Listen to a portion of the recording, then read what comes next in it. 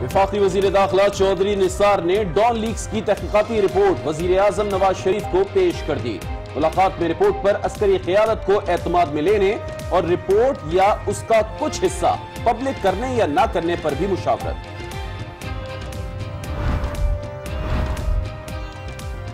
Justice Aamir की सरबराही में 7 रुकनी commission ने साबिक वजीर इत्तलात परवेज रशीद, वजीर आजम के मुशीर तारिक फातिमी, राव तहसीन और डॉन के रिपोर्टर सिरिल अल्मेडा के मोबाइल फोन्स का डाटा भी चेक किया।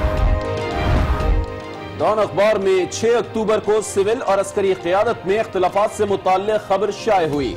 हुकूमत ने रिपोर्ट मुस्तरद करके सहाफी सिरिल अल्मेडा का नाम ECL में शामिल किया। 29 अक्टूबर को इसी खबर पर परवेज रशीद को विजारत से हाथ धोना पड़ा। डॉन लीक्स के मामले को मरियम नवाज से जोड़ना मुनासिब नहीं।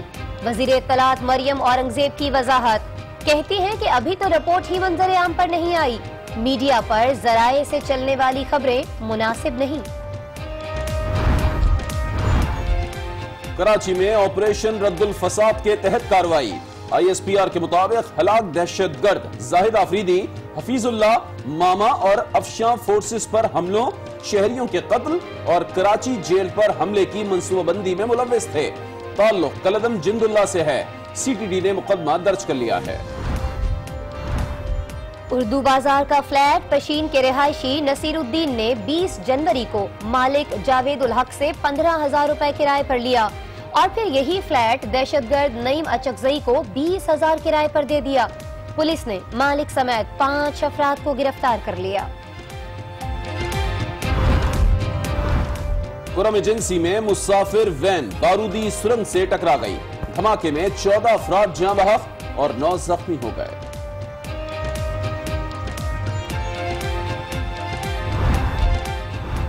मिशाल खान का सर गमले से कुचलने वाला मुल्जिम अशफाक खिलजी गिरफ्तार। लाश की बेहुरमती करने वाला फजल भी पुलिस की गिरफ्त में आ गया।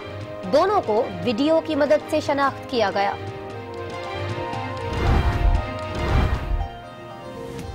नवाज शरीफ जियाउल हक की पैदावार हैं। उनके फलसफे ने ही मशाल खान की जान ली। एक जाली खान लोगों को बेवकूफ बना रहा है। आसिफ अली जरदारी का मालाकंड में जलसे से खिताब। इमरान खान और नवाज शरीफ के खिलाफ नारे भी लगवाए। गो नवाज दो, गो इमरान गो, गो इमरान गो, गो जाली खान गो, गो जाली खान गो। चैंपियन वो होता है जो कभी हार नहीं मानता। जुमे से गो नवाज गो होगा। इमरान खान का खैबर पख्तूनख्वा अंडर 23 गेम्स की इफ्तिताही तकरीब से खिताब। इमरान खान फैसला छोड़कर इख्तिलाफी नोट को पीट रहे हैं। PTI जजेस को दबाव में लाना चाहती है। अवाम 2018 में यूटर्न लेने वालों को मुस्तरद कर देंगे। तारिक फजल चौधरी, हम अतालवी नॉवलों के पैरोकार नहीं, हमारे लिए कुरान मशले राह है। राना सनाउल्लाह। पैनामा केस में 5 जजेस ने वजीर आजम को क्लीन चिट नहीं दी। नवाज शरीफ के खिलाफ ISI फंडिंग के मामले पर असगर खान केस की तहकीकात की जानी चाहिए। साबिक chief justice Iftikhar Chaudhry. Punjab assembly में वजीर आजम की नाअहली की करारदाद पेश करने की इजाजत न मिलने पर अपोजिशन का शोर शराबा। ऐवान गो नवाज गो के नारों से गूंज उठा।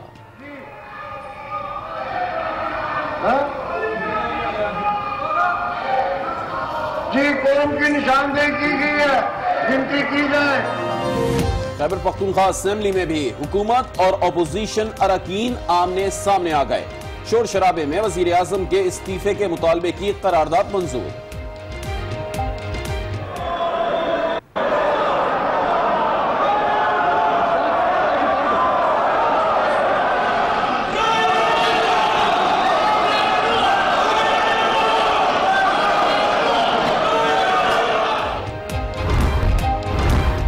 निसार खोड़ो कायदे आजम मोहम्मद अली जिन्ना से वजीर आजम की शिकायत करेंगे। नवाज शरीफ ने कौम को धोखा दिया। पीपल्स पार्टी के सीनियर रहनुमा का मज़ार कायद के बाहर धरना देने का ऐलान।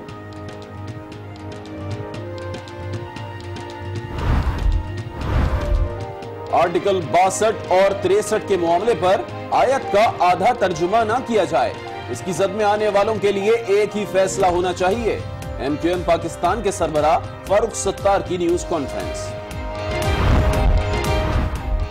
जेल में रहकर अपनों और गैरों का रंग देख लिया। इस मुल्क में सारी बात फिटिंग की है। आप जानते हैं कि मुझे किसने फिट किया। कराची में डॉक्टर आसिम की सहाफियों से ज़ुमाइनी गुफ्तगू, शेर भी सुनाया। आबिद शेर अली को सामने आकर डील का जवाब देने का चैलेंज। कहना मेरे सामने तो आए और जो उसने मुझसे डील की थी उसका जवाब दे। नौजवान सेल्फी लेते हुए एहतियात करें। मैंने हाई स्कूल में जो कुछ किया, इन तमाम कामों की तस्वीर ले लेता तो अमेरिका का सदर ना बन सकता। ओबामा का व्हाइट हाउस छोड़ने के बाद पहला वीडियो पैगाम।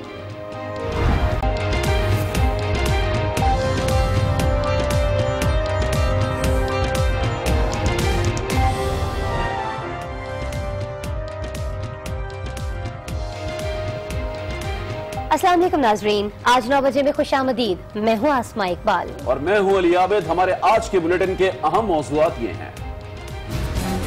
डॉन लीक्स के ऊपर गैर जरूरी रिपोर्टिंग से गुरेज करना चाहिए, रिपोर्ट को अनाउंस ना करें। जुंदुल्लाह प्लस TTS का ये मैसेज लग रहा है।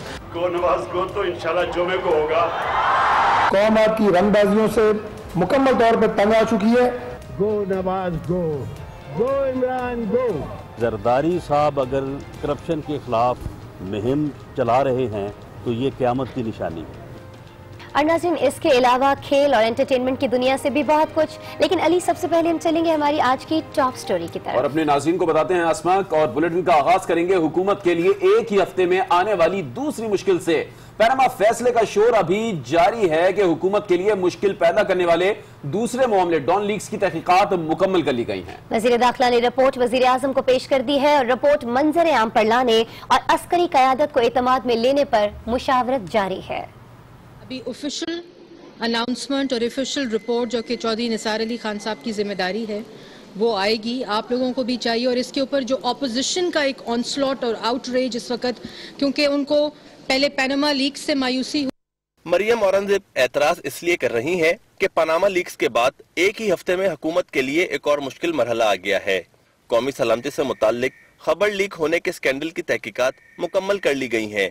जराए के मुताबिक जस्टिस आमिर रजा रिटायर्ड की तैयार करदा रिपोर्ट में जिम्मेदार अफराद का तयन कर दिया गया है और कार्रवाई के लिए सिफारिशात भी दी गई हैं। रिपोर्ट वजीर दाखिला चौधरी निसार अली खान ने वजीर आजम को पेश कर दी है। कमीशन ने परवेज रशीद, तारिक फातमी, राव तहसीन और डॉन के रिपोर्टर सिरिल मेडा के मोबाइल डेटा का भी जायजा लिया, जिसमें ये बात सामने आई है कि रिपोर्टर ने स्टोरी की तस्दीक के लिए परवेज रशीद, तारिक फातमी और राव तहसीन को टेक्स्ट मैसेज किए थे। ताहम परवेज रशीद ने किसी मैसेज का जवाब नहीं दिया। रिपोर्ट में सेफ सिटी प्रोजेक्ट के कैमरों से ली गई तस्वीर भी शामिल की गई हैं। वजीर आजम और वजीर दाखिला की मुलाकात में रिपोर्ट को मंजर-ए-आम पर लाने और अस्करी क़यादत को एतमाद में लेने पर भी तबादला ख्याल किया गया, ताहम कोई हतमी फैसला नहीं किया गया। वजीर मुमलिकत बराए इत्तलात मरियम औरंगजेब ने मरियम नवाज को मुलव्विस करने की तरदीद की। डॉन लीक्स के ऊपर दोबारा से मरियम नवाज को झूठे तासुर के साथ जोड़ा जा रहा है। एक JIT बनी, उसने इन्वेस्टिगेट किया, उसकी अभी रिपोर्ट आनी है और आपको ये भी पता चल गया कि आपको यहाँ भी मायूसी होनी है और आप फिर मरियम नवाज को एक झूठे तरीके से इसके साथ जोड़ रहे हैं। मरियम औरंगजेब की तो यहाँ तक भी ख्वाहिश थी कि खबर के हवाले से रिपोर्ट आने तक तमाम खबरों को रोक देना चाहिए। नाज़रीन, डॉन लीक्स की रिपोर्ट में मुशीर खारिजा तारिक फातिमी का भी नाम लिया जा रहा है। उनके हवाले से मुख्तलिफ खबरें भी सामने आ रही हैं। ताहम तारिक फातिमी ने कहा है कि वो बदस्तूर अपने ओहदे पर काम कर रहे हैं। आज न्यूज से गुफ्तगू में उन्होंने कहा है कि वो मुसलसल अपनी जिम्मेदारियां सरअंजाम दे रहे हैं। आज भी उन्होंने एडिशनल सेक्रेटरीज के इजलास की सदारत की है। तारिक फातिमी के हवाले से अहम खबर आपको दे रहे हैं। वो कहते हैं कि बदस्तूर अपने ओहदे पर काम कर रहा हूं, मुसलसल अपनी जिम्मेदारियां सरअंजाम दे रहा हूं। और नाज़रीन, ऑल पाकिस्तान न्यूज़पेपर सोसाइटी के सदर सरमद अली ने वाज़ेह किया है कि जब ये मामला APNS को भेजा जाएगा तो देखा जाएगा। ताहम तंजीम किसी भी अखबार की बंदिश के खिलाफ है। ये बात उन्होंने आज न्यूज के प्रोग्राम फैसला आपका में गुफ्तगू के दौरान कही। एक तो मुझे भी उतना ही मालूम है कि ये एपीएनएस की तरफ रेफर किया जा रहा है जितना आपको मालूम है। अभी तक ऑफिशियली ना तो एपीएनएस को रेफर किया गया है, ना हमें से राब्ता किया गया है कि किसी भी अखबार को किसी भी सूरत में एक दिन के लिए भी बंद करना एक्सेप्टेबल नहीं है। मेरे ख्याल में किसी भी सूरत में अखबारात को बंद नहीं किया जाना चाहिए। आर्टिकल 19 जो है पाकिस्तान के आइन का, वो फ्रीडम ऑफ प्रेस की गारंटी करता है और इसका मतलब ये है कि किसी भी अखबार को बंद नहीं किया जा सकता, किसी भी अखबार का फ्रीडम उससे छीना नहीं जा सकता। नाज़रीन, डॉन लीक्स पर तहकीकाती कमेटी की रिपोर्ट से मुतालिक तो आपने जान लिया। अब आपको डॉन पर इस खबर के शाया होने और फिर उसके बाद होने वाले अहम फैसलों और मामलात से इस रिपोर्ट में आगाह करते हैं। 4 अक्टूबर वजीर आजम की जेर सदारत कौमी सलामती कमेटी का इजलास, लेकिन इस इजलास से निकली ये खबर जिसने सियासी और अस्करी हलकों में हलचल मचा दी। डॉन के सहाफी सिरिल अल्मेडा की रिपोर्ट में दावा किया गया कि सिविलियन हुक्काम की जानिब से अस्करी हुक्काम को ब्रीफिंग दी गई थी, जिसमें कहा गया था कि मुसल्लह जंगजुओं के खिलाफ कार्रवाई की जाए या फिर आलमी तनहाई के लिए तैयार हो जाएं। इसी रिपोर्ट में कहा गया था कि गैर रियासती अनासिर के मामले पर DGISI और वजीर आला पंजाब शहबाज शरीफ में इस बात पर तलखी हुई थी कि जिन तालिबान को पकड़ा जाता है उन्हें गुड तालिबान कहकर छोड़ दिया जाता है। इस खबर पर फौज ने गहरी तशवीश का इजहार करते हुए कहा था कि इंतहाई अहम और हसास इजलास की खबर बाहर कैसे निकली, और हुकूमत से मुतालबा किया गया था कि इसमें मुलव्विस शख्सियात के खिलाफ कार्रवाई की जाए। फौज के सख्त रद्द अमल के बाद शहबाज शरीफ, चौधरी निसार और इसहाक डार ने उस वक्त के आर्मी चीफ राहिल शरीफ से मुलाकात की और तहकीकात से आगाह भी किया था। बिलाखिर 29 अक्टूबर को इस खबर का पहला निशाना बने वजीर इत्तलात परवेज रशीद, जिन्हें अपनी वजारत से हाथ धोना पड़े। 30 अक्टूबर को चौधरी निसार ने प्रेस कॉन्फ्रेंस की और कहा कि अगरचे परवेज रशीद बेकसूर हैं, ताहम खबर न रुकवाना उनकी कोताही थी। उन्होंने अपनी जिम्मेदारी दुरुस्त तरीके से अदा नहीं की। उन्हें कहा गया कि मुतलका जर्नलिस्ट के पास एक स्टोरी है सीएम और प्राइम मिनिस्टर के बारे में, वो परवेज रशीद के कमेंट्स चाहता है। परवेज रशीद साहब को उस जर्नलिस्ट को कहना चाहिए था कि ये खबर गलत है, आप नेशनल इंटरेस्ट में इस खबर को न छापें। उनको जफर अब्बास साहब से बात करनी चाहिए थी, डॉन के इंतजामिया से बात करनी चाहिए थी, हुकूमत से बात करनी चाहिए थी।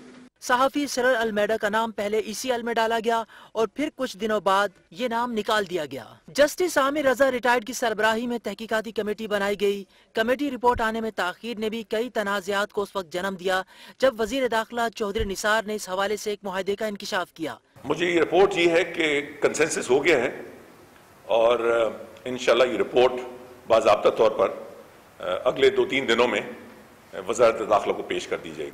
ताहम DGISPR major general Asif Ghafoor ने किसी किस्म के मुआहदे से साफ इनकार किया। जो बातें इंक्वायरी ने आगे लेके आनी है, जो भी उनको मैंडेट दिया गया था, उसको मुकम्मल करने में शायद इतना टाइम लगा है। कंसेंसस वाली बात कि जी दोनों मिलकर कोई ऐसा फैसला कर लें, ऐसा नहीं है, और आप देखेंगे कि जल्द उसका फैसला आएगा। वजीर दाखिला फिर भी अपने मौक़िफ़ पर कायम रहे और उन्होंने दावा किया कि जस्टिस आमिर रजा रिटायर्ड ने शर्त रखी थी कि रिपोर्ट मुत्तफ़िका होगी तो वो दस्तखत करेंगे। उन्होंने DGISPR को इस हवाले से लाइल्म करार दिया था। दीगर मौज़ूआत पर बात करते हैं। रुख करेंगे कराची का, जहां गुंजानाबाद इलाके उर्दू बाजार में होने वाले मुकाबले के दौरान खातून समेत कलदम तंजीम जिंदुला के 4 खतरनाक दहशतगर्द मार दिए गए। इस मुकाबले के दौरान 3 माह की बच्ची भी अपनी जान से गई। वाकई का मुकदमा काउंटर टेररिज्म डिपार्टमेंट ने दर्ज कर लिया है। पीर की शब तकरीबन 8 बजे रेंजर्स एहलकार पहले से गिरफ्तार दहशतगर्द की निशानदेही पर उर्दू बाजार रतन तालाब गली नंबर 3 में वाक़े इमारत की 3री मंजिल पर पहुंचे। ताहम फ्लैट में मौजूद दहशतगर्दों ने रेंजर्स पर दस्ती बम से हमला और फायरिंग करके अपने अज़ाइम वाज़े कर दिए।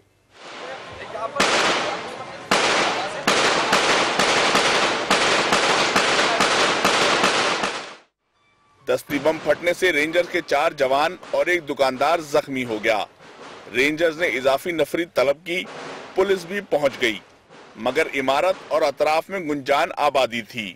पहले अतराफ की इमारतों पर मोर्चे बनाए गए और फिर शुरू हुई दू बदू लड़ाई।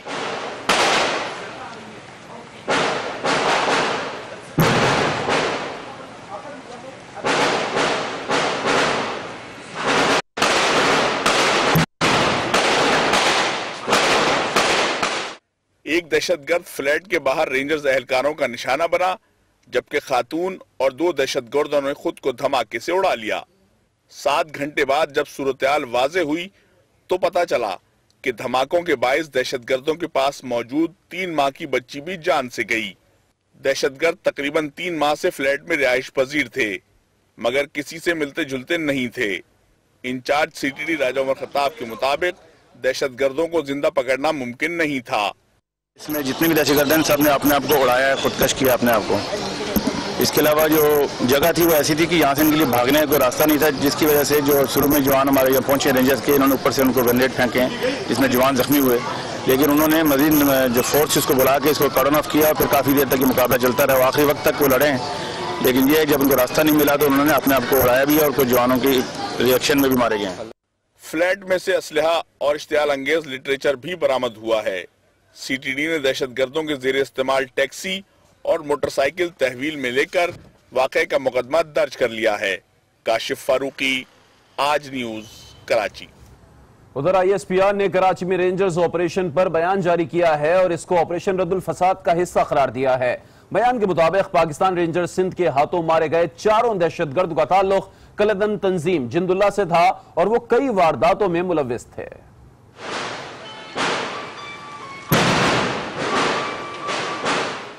पाक फौज के शोबा ताल्लुकात आमा के मुताबिक कराची के इलाके उर्दू बाजार में गुज़िश्ता रात पाकिस्तान रेंजर सिंध ने ऑपरेशन रद्दुल फसाद के तहत तीर बहदफ कार्रवाई की। ऑपरेशन में कलदम तंजीम जिंदुल्ला के 4 दहशतगर्द हलाक कर दिए। मारे जाने वाले दहशतगर्दों में जाहिद आफरीदी, मोहम्मद हफीजुल्लाह मामा और एक खातून सहूलतकार अफशां शामिल हैं। मारे गए दहशतगर्दों ने 15 मार्च 2015 को स्पेशल सिक्योरिटी यूनिट की बस पर रिमोट कंट्रोल बम हमला किया, 2 पुलिस एहलकारों को कत्ल और 15 को जख्मी किया था। दहशतगर्द कराची की शहरी अदालत पर हमले और अपने 4 दहशतगर्द साथियों को छुड़ाने में मुलव्विस थे। इन्हीं दहशतगर्दों ने 2013 में शिया मसलक के 15 से 20 अफराद को कत्ल किया। ये मतलूब दहशतगर्द रेंजर्स मोबाइल पर हमले और 4 रेंजर्स एहलकारों के कत्ल में मुलव्विस थे। दहशतगर्दों ने 2011 में बैंक डकैती के दौरान 52 लाख रुपए और 2008 में माड़ीपुर में 56 लाख रुपए की बैंक डकैतियां की और इसी दौरान 2 अफराद को कत्ल किया था। अवामी नेशनल पार्टी के कारकुन अजब खान के अगवा और 1 करोड़ 50 लाख रुपए तावान वसूली में भी मुलव्विस थे, जबकि 2015 में कराची सेंट्रल जेल पर हमले के लिए सुरंग खोदने का मंसूबा भी इन्हीं दहशतगर्दों ने बनाया था। और नाज़रीन, कराची का ये इलाका उर्दू बाजार जहां ये तमाम कार्रवाई हुई, यहां असल किराएदार ने ज्यादा पैसों के लालच में हलाक दहशतगर्दों को फ्लैट किराए पर दिया था और अब असली किराएदार नसीरुद्दीन दीगर 4 अफराद के हमरा पुलिस की तहवील में है। बलूचिस्तान के जिला पशीन की तहसील हरमजई के रिहायशी सैयद नसीरुद्दीन ने 20 जनवरी 2017 को मालिक जावेदुल हक से फ्लैट किराए पर हासिल किया। माहाना किराया 15,000 रुपए तय पाया। प्रीडी थाने में रिकॉर्ड में न सिर्फ किरायानामा बल्कि नसीरुद्दीन के शनाख्ती कार्ड की नकल भी मौजूद है। पुलिस जराये के मुताबिक नसीरुद्दीन खुद कभी इस फ्लैट में नहीं रहा, बल्कि उसने अगले ही महीने फ्लैट को 20,000 रुपए किराए पर नईम अचकजई के हवाले कर दिया। नईम ने पहले बीवी और बच्ची के हमरा रिहाइश इख्तियार की और फिर हमीद और जाहिद भी उसी फ्लैट में रहने लगे। पुलिस को शुबा है कि दहशतगर्दों में 2 सगे भाई हो सकते हैं, क्योंकि मरने वाली खातून ने अहले मोहल्ला को एक नौजवान का बताया था कि उसका देवर भी साथ ही रहता है। आगे बढ़ते हैं, आपको बताएं कि कुरम एजेंसी में मुसाफिर गाड़ी बारूदी सुरंग से टकरा गई। धमाके में जाँ बहक अफराद की तादाद 14 हो चुकी है। 9 जख्मी पेशावर CMH में जेर इलाज हैं। पॉलिटिकल इंतजामिया के मुताबिक वाक़या वस्ती कुरम के इलाके गोदर से सदा जाने वाली मुसाफिर गाड़ी में हुआ। गाड़ी जब पटू कोट के मकाम पर पहुंची तो बारूदी सुरंग से टकरा गई। जाम हक अफराद में 4 बच्चे और 4 खवातीन भी शामिल हैं। 9 शदीद जख्मियों को आर्मी हेली से पेशावर मुंतकिल कर दिया है। 3 की हालत तशवीशनाक है। जाम हक अफराद की नमाज जनाजा मरकजी इमाम बारगाह पारा चनार में अदा कर दी गई। तमाम शुहदा को वस्ती करम के इलाके गोदर में सुपुर्द खाक कर दिया गया। तूर बंगश कबाइल ने 3 रोजा सोग का ऐलान किया है। न्यूज़ में अभी वक्त है एक ब्रेक का और इस ब्रेक के बाद जानिएगा पंजाब और खैबर पख्तूनख्वा असेंबलियों में रोज रोज शोर शराबा क्यों?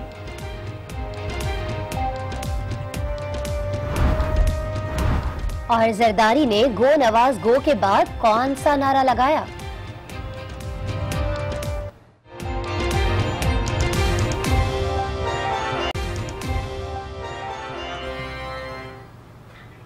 Welcome back. नाज़रीन, पंजाब और खैबर पख्तूनख्वा की असम्बलियों में आज भी पनामा केस के फैसले की गूंज सुनाई देती रही। नून लीग के अरकान की जानिब से वज़ीर आज़म के हक में और मुखालफिन की जानिब से उनके खिलाफ तहरीके लाने पर ऐवान की कार्रवाई हंगामाराई की नजर हो गई।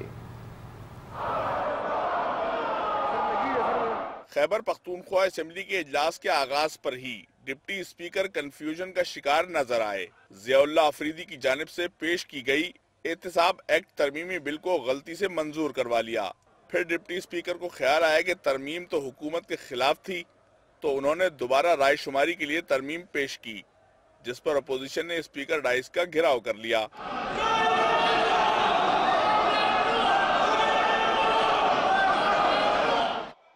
हुकूमती और अपोजिशन अरकान एक दूसरे के खिलाफ नारेबाजी कर रहे थे कि इसी दौरान पाकिस्तान तहरीक इंसाफ से ताल्लुक रखने वाले रुकन असेंबली डॉक्टर हैदर अली ने पनामा केस के फैसले पर वज़ीर आज़म के खिलाफ करारदाद ऐवान में पेश करना शुरू कर दी, जिस पर ऐवान में हंगामा आराई ने जोर पकड़ लिया और हुकूमती और अपोजिशन अरकान असेंबली एक दूसरे के आमने सामने आ गए।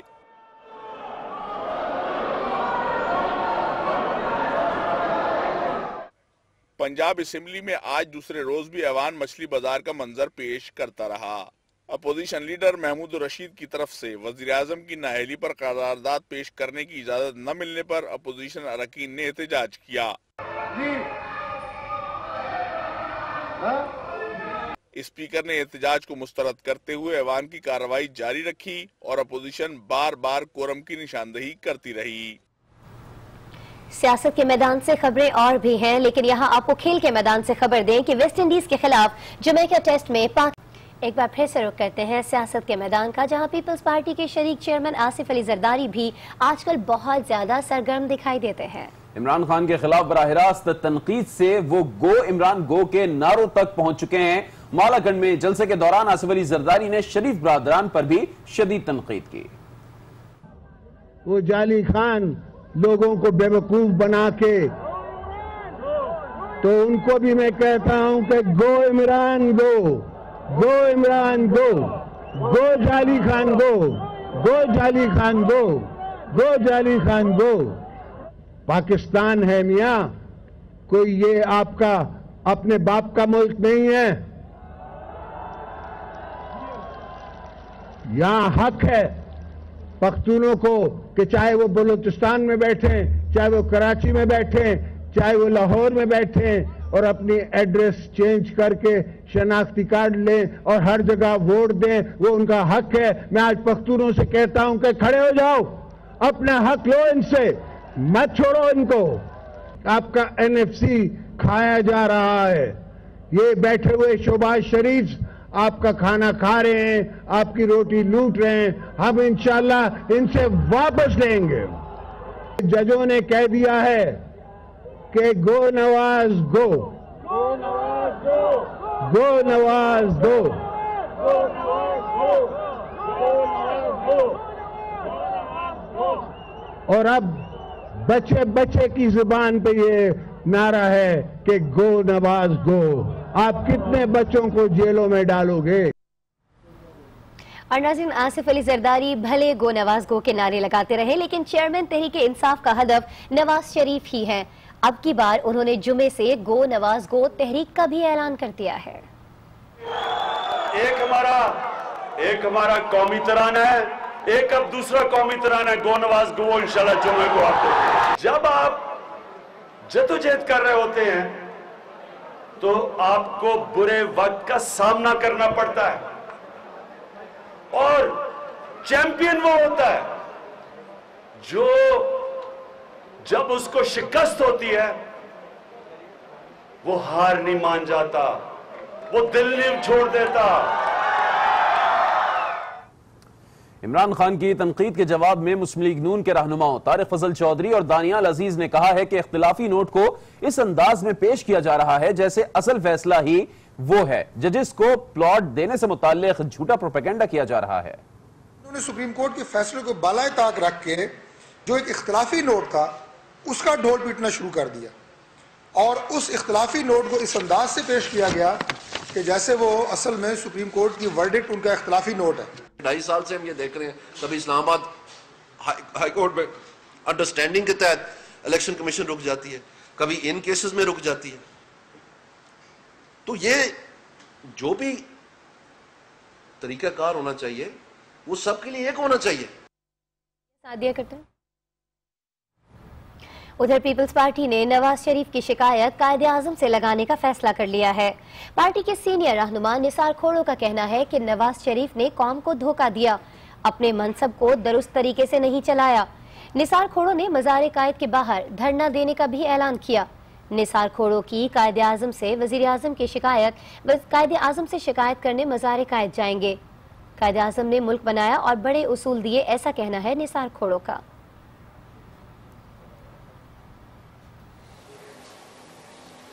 3 बजे हम कायदे-आज़म की मज़ार के सामने, उसके गेट के सामने बैठकर कायदे-आज़म को शिकायत करने जाएंगे, उससे शिकवा करने जाएंगे। उसने मुल्क बनाया, बड़े उसूल दिए और उन बस बड़े उसूलों पर वज़ीर-ए-आज़म धोखे देकर बैठा हुआ है। अपने किरदार को अपने मनसब के बराबर नहीं चलाया उसने। ब्रेक के बाद आगे देखिएगा। कराची के गोदाम में लगी आग बुझाने में 16 घंटे क्यों लगे?